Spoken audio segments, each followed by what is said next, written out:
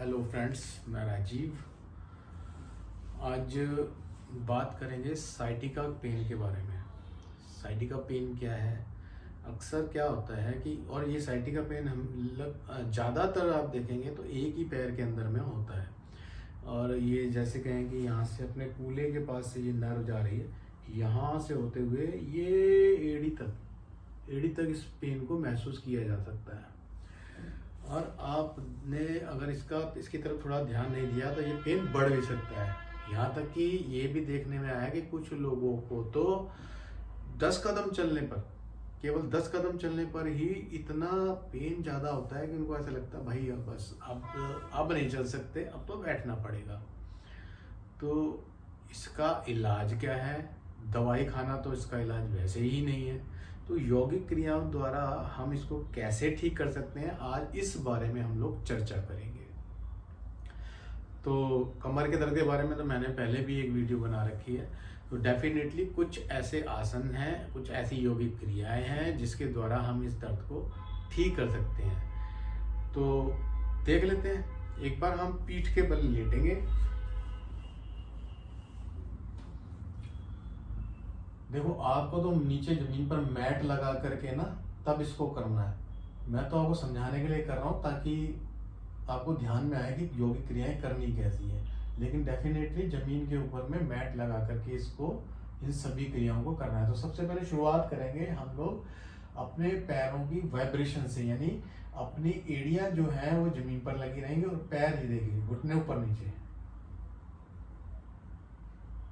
इसे कहते हैं वाइब्रेशन करना है। 1 मिनट कम से कम इस वाइब्रेशन को करते रहेंगे।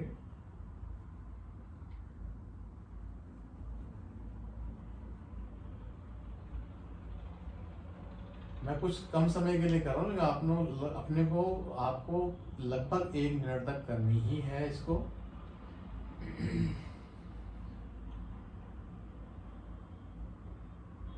ये करनी क्यों है? क्योंकि इससे ब्लड का सर्कुलेशन थोड़ा बढ़ने लग जाएगा, जिसके बाद हम जो आसन करेंगे उसको करने में आसानी रहेगी, इसलिए इसको करना है। चलिए, अब सबसे पहले पहला अपना आसन क्या करना है, उसको हम मरकट आसन भी कहते हैं।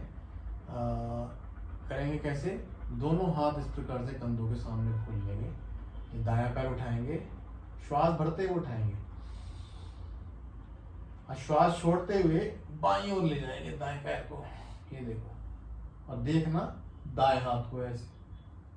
अब क्या है, क्योंकि आपका पेन बहुत ज्यादा है तो आपको मान लीजिए आपका पैर यहाँ तक उठेगा ही नहीं, यहीं तक उठता है, तो यहीं से करना है। यानी बहुत ज्यादा खिंचाव नहीं करना है। पता लगे कि खिंचाव कर लिया ज्यादा और दर्द बढ़ा लिया, तो बहुत सोच समझ के, बहुत आराम से ध्यान करके इसको करना।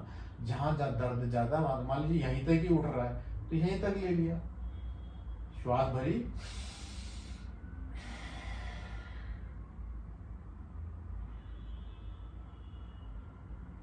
कम से कम 10 सेकंड, 10 से 15 सेकंड रोकना और वापस लाना धीरे से। फिर श्वास को सामान्य कर लेना। यही क्रिया दूसरे पैर से करना। श्वास भरी, इसको दूसरी तरफ ले जाएंगे, देखेंगे इस हाथ को। अब श्वास भरते हुए वापस,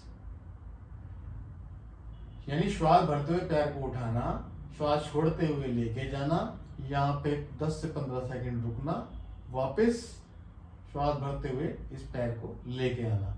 अब ये दोनों क्रिया दोनों पैरों से करनी है। कोई कहे कि मेरे साइटिका तो राइट वाले में या लेफ्ट वाले में है तो मैं उस पैर से करूं, नहीं, दोनों से करनी है, क्योंकि ब्लड का सर्कुलेशन दोनों में चलना चाहिए। पता लगे एक से करा है, एक में सर्कुलेशन ब्लड का कम हो गया, तो इसलिए दोनों से करनी है। और ठीक ये क्रिया करने के बाद में फिर से वाइब्रेशन करना। ये पैर को दाईं और बाईं और बाएं से दाईं ओर ले जाने वाली क्रिया को आप लगभग 2 बार दोनों पैरों से करेंगे।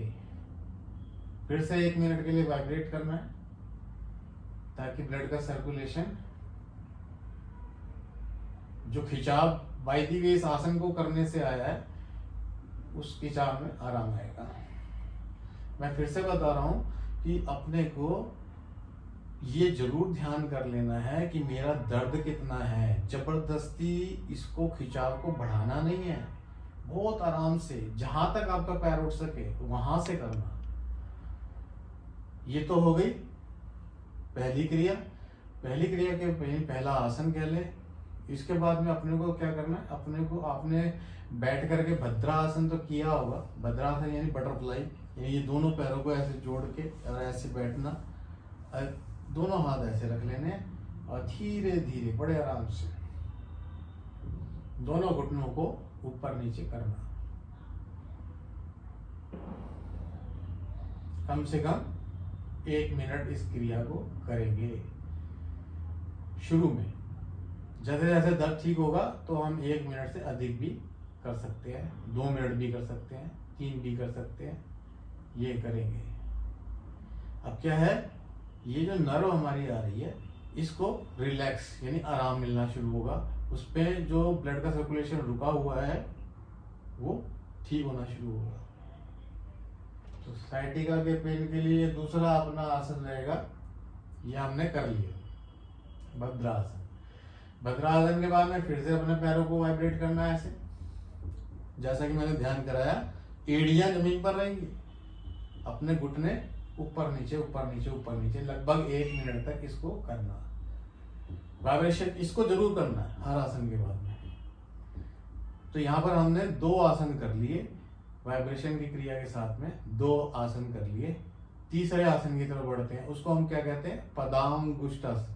कैसे कैसे करना है, ये हमने पैर लिए, पैर को पकड़ लिया, देखो ऐसे पकड़ लिया, श्वास भरी और श्वास को छोड़ते हुए ऊपर आना है। इस अंगूठे को, पैर के अंगूठे को नाक पे लगाना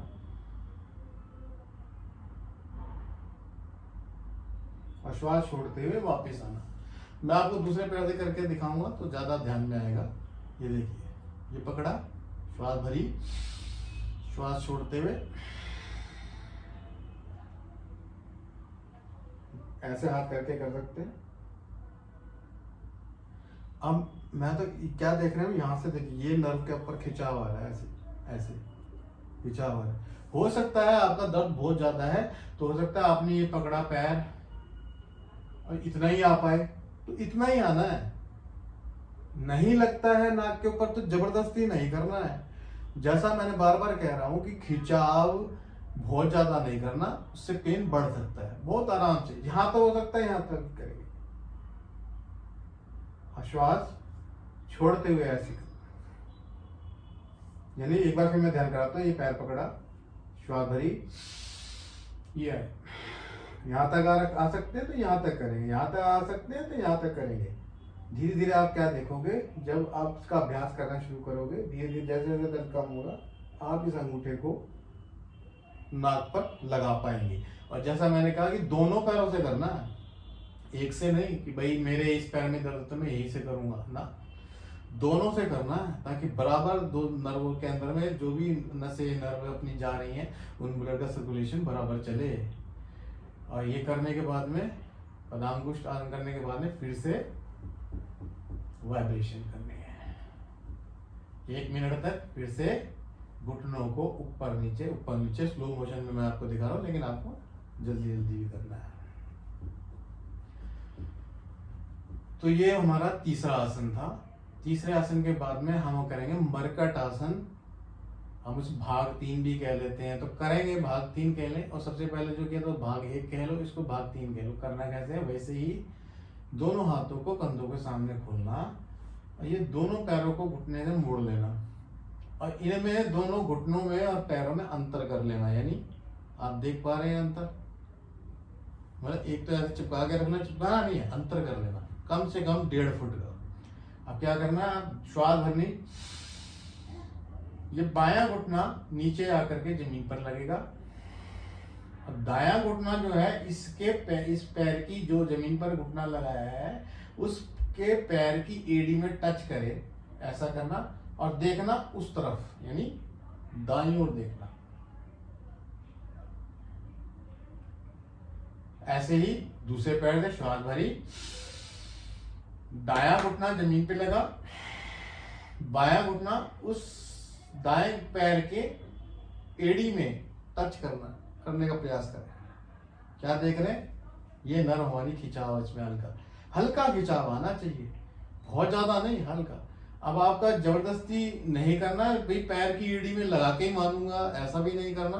हल्का आपसे यहाँ तक हो सकता है, यहाँ तक करें, ठीक है, यहाँ तक दोनों दिशाओं में। मैंने जैसा बताया कि अगर आप ये वाला घुटना जमीन पर लगा रहे हैं तो इस वाले घुटने की एड़ी घुटना जो है इस नीचे जो घुटना लगा है उसके पैर की एड़ी में टच करने का प्रयास करना और ऐसी श्वास भरनी। अब ये दायां घुटना जमीन पे लगा, बाएं घुटने को दाएं पैर की एड़ी में टच करना और देखना विपरीत दिशा में, यानी इस हाथ की तरफ। और इसको धीरे से, इसको भी हम 2 से 3 बार इस क्रिया कर सकते हैं। और जो अंतिम समय रुकने का है, यानी इस स्थिति में रुकने का,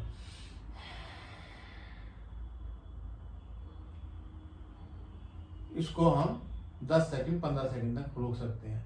ये क्रिया करने के बाद में फिर से एक बार 1 मिनट के लिए हम अपने घुटनों को ऊपर नीचे करके वाइब्रेट करेंगे ताकि जो भी खिंचाव आ गया है वो ठीक हो सके। तो ये आपने देख लिया किस प्रकार से साइटिका के ये सारे आसन हमने करे, सारी क्रिया करे। इसके बाद में एक बात का और आपको ध्यान करना है, अपने पास में मेथी दाना रहता है, कलौंजी और सौंफ, यानी ये सारे आधे आधे चम्मच, छोटा आधा आधा चम्मच, यानी कहें तो एक एक चुटकी ऐसे भर के ले सकते हैं।